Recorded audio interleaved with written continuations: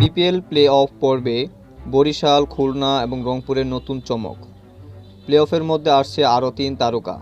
সেখানে রংপুর রাইডারের ডোনাল্ড এবং ফরচুন বরিশালের নূর আহমেদ এবং খুলনা টাইগার্সের হোল্ডার অর্থাৎ ওয়েস্ট ইন্ডিজের একজন নামি দামি প্লেয়ার।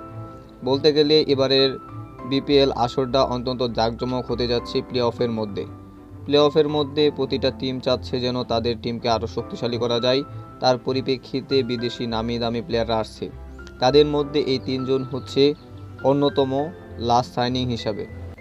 রংপুর রাইডার ডোনাল্ডসকে বেরিয়েছে তাদের বিগত ৪ ম্যাচের মধ্যে ৪টির মধ্যে তারা পরাজয় দেখতে হয়েছে শুধুমাত্র তাদের ব্যাটিং ব্যর্থতার কারণে। অপরদিকে যদি তাকানো যায় নূর আহমেদের দিকে, সেখানে ফরচুন বরিশাল তাদের টিমের মধ্যে একটি লেগ স্পিনার থাকা সত্ত্বেও তারা আফগানিস্তানের এমন সুপারস্টার লেগ স্পিনারকে দলে ভিড়ালো। এবং খুলনা টাইগার্স তো অসাধারণ করছে এবারের বিপিএল প্লে অফের মধ্যে। সারা হোল্ডারকে নিয়ে তারা সুন্দর একটা চমক দেখাচ্ছে। তবে কি রংপুরের এগেনস্টে তারা এই তারকা ঠাসা টিম নিয়ে জয়লাভ করতে পারবে কিনা, আপনার কি মনে হয়?